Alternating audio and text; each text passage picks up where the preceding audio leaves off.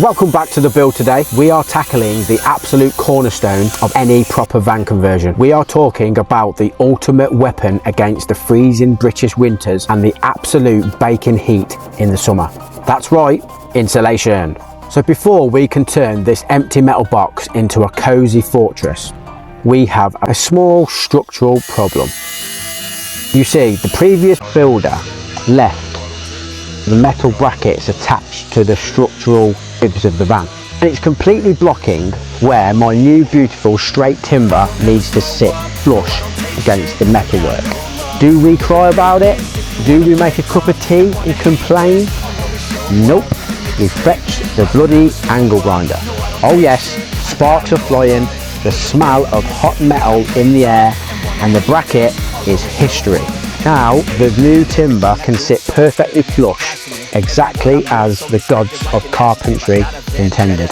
If you want a job done right, sometimes you just have to start destroying something.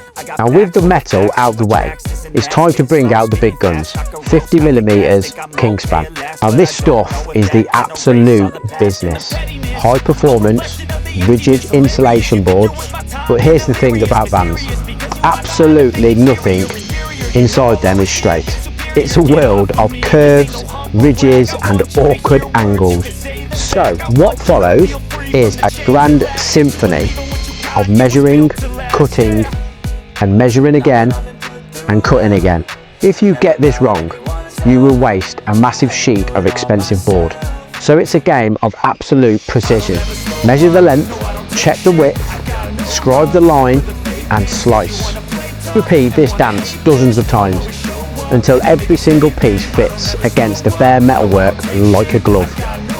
And then comes the magic ingredient, the expanding foam. Now some amateur DIYs are absolutely terrified of this stuff. They think it's going to expand so violently it'll pop the outer panels of the van right off.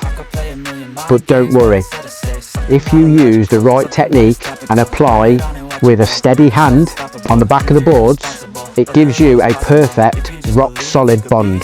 No rattling, no movement, just pure unadulterated thermal efficiency.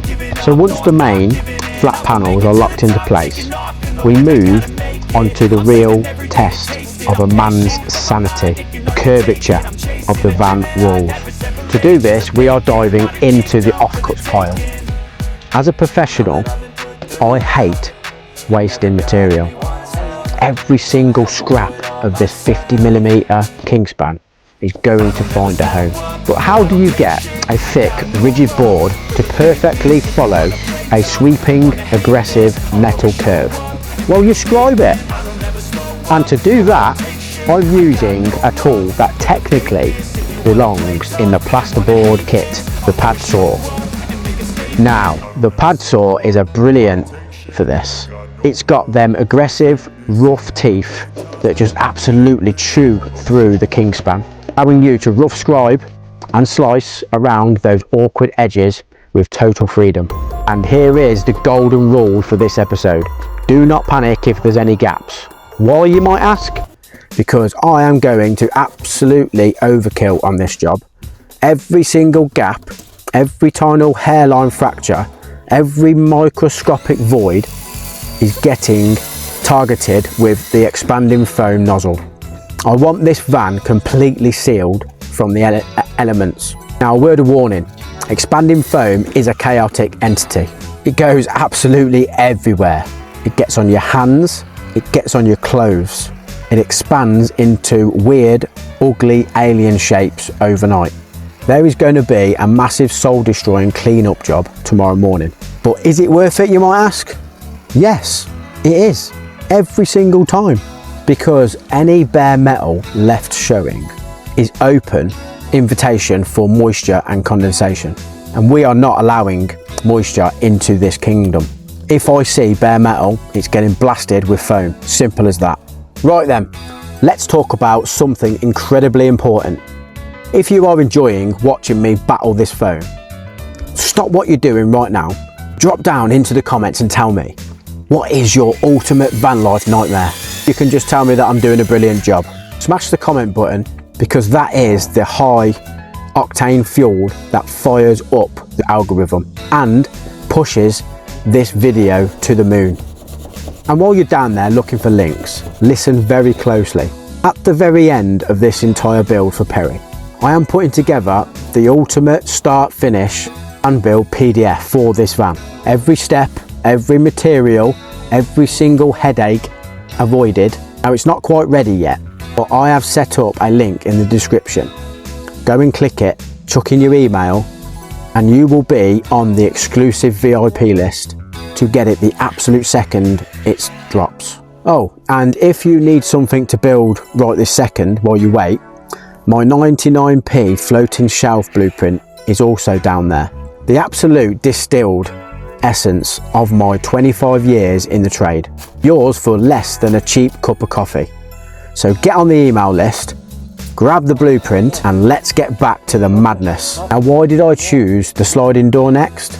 Was it tactical genius? No, it was because I had a mountain of tiny Kingspan offcuts knocking around the floor, and I was sick and tired of standing on the bloody things every time I turned around.